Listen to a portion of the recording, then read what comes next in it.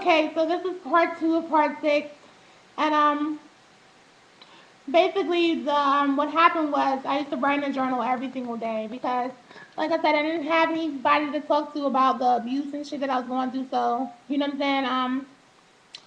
I wrote about it, and that was my way of expressing it and getting it out and not keeping it in. So one day I used to always I've always been like a night owl type person that was up during the night. So one night I'm up late night or whatever, and I really used to like the videos of, like I said, me and my dad used to videotape me and my brother from back in the day, us having fun and him saying playing around, playing music and stuff. And I used to like to watch those videos because those were really good times. So one night I'm up or whatever, and I go in this closet because it was my room, me and my brother's room, and then right next to me and my brother's room was my sister's room. And then whenever you go into the hallway, there's a closet and then there's two other rooms on the other side. So it's like two rooms over here and then two rooms over there and then a closet over here. So I went in this closet. I came out of my room and went in this closet over here, and there was a little dresser. Of course, it was my dad's, but you know what I'm saying. I was like, I went through it anyway because it was in the closet, so I'm figuring, it's perfectly fine if I go through the stuff that's in here. And I found a tape, and I'm like, I'm pretty sure that this is one of the tapes that is from, maybe England or something like that, or South Carolina. So I go downstairs and I popped the tape in.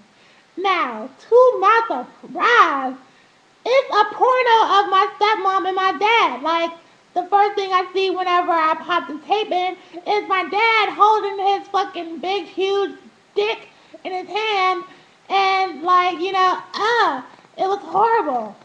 Oh, God, it was the worst. So I'm like, what the fuck? I'm looking at it like, oh my God. Like, I knew my dad had a big dick because he showed it to us before, like, on some old weird shit. But I didn't want to see that shit.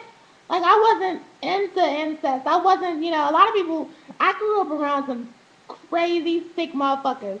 And they actually get into incest, like having sex with their brother and having sex with their dad and shit. I was never like that. I was never sexually attracted to my dad. My dad was always just that, my dad to me. You know what I'm saying? I never looked at him and saw anything sexual. So whenever I seen his dick and him and holding his dick, and I'm like, ew! Like, automatically, I'm like, I fast forward. So I fast forwarded, and I see her laying on her back, popping her nasty twat at the camera and shit, trying to be freaky. But this bitch was such a square. She didn't know how to be freaky. But I didn't watch it. After that, I turned it off. Like, I didn't watch them have sex with each other or any of that. I turned it off. I was like, I'm done. Off. Cut it off. And I left it at that. So, I believe I told my brother about it the next day.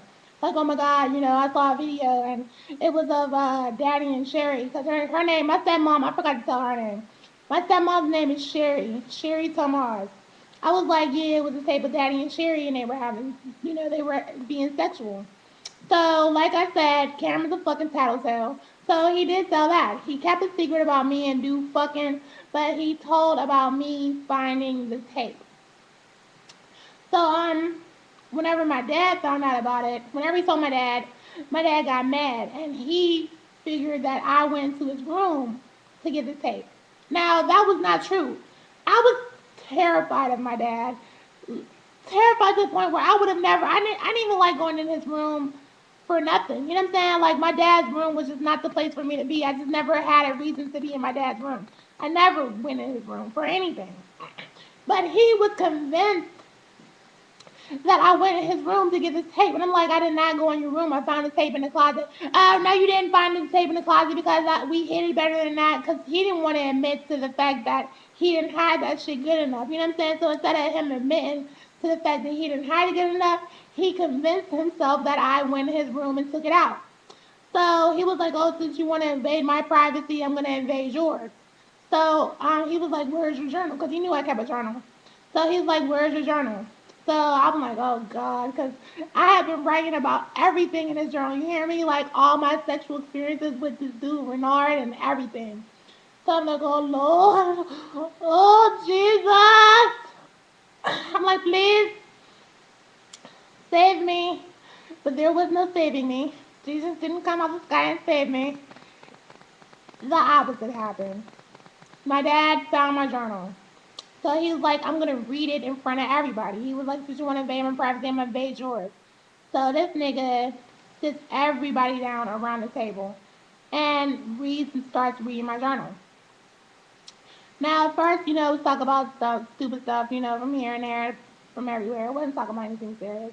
But he kept flipping through, and then he found me talking about having sex with Renard. Now, he was going to read it in front of Sherry, in front of my sister, in front of my brother, and in front of Renard. Whenever it got to the sexual part, this nigga went crazy.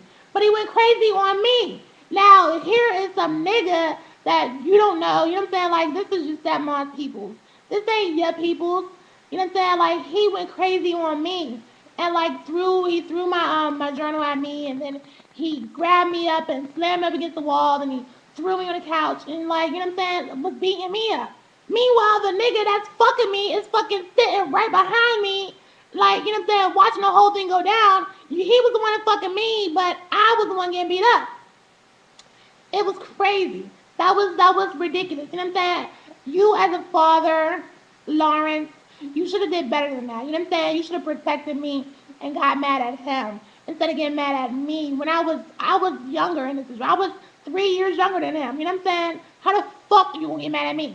Anyways, that happened, and I think maybe like 2 weeks later, he sent me away. Like, he sent me to live here in Pittsburgh. You know what I'm saying? Because my mom was still here. And so he was like, because he asked me before. You know what I'm saying? He asked me before about something, and I denied it. And you know what I'm saying? He just couldn't take that. That was too much for him. So he sent me to come live with my mom here in Pittsburgh. And that was the next big thing that happened, and that's how I ended up here. And I've been here for the past 10 years. And yeah, so I think I'm gonna end it there because I'm back to where I'm at right now. And Cameron, he stayed in Japan with our dad. We were supposed to be there for 3 years. I was there for a year and a half. Cameron stayed the whole way through, and then then he moved to Mississippi. Then he moved to Pittsburgh. You know what I'm saying? He came to Pittsburgh to live with us here or whatever. And yeah. So I mean, I might break down another video and just talk about. I don't know if I really want to talk about how him and the music thing, because he got into the music thing whenever he was in Mississippi, and then whenever he came here, he just kind of like continued it. But that's pretty much the end, and I'm done. I'm talking no more about the past. I want to talk about things that are on my mind now and the future. So that's the journey of La Queen and with Khalifa. Hope you enjoyed it, and hope it was informing, and hope you will continue to watch.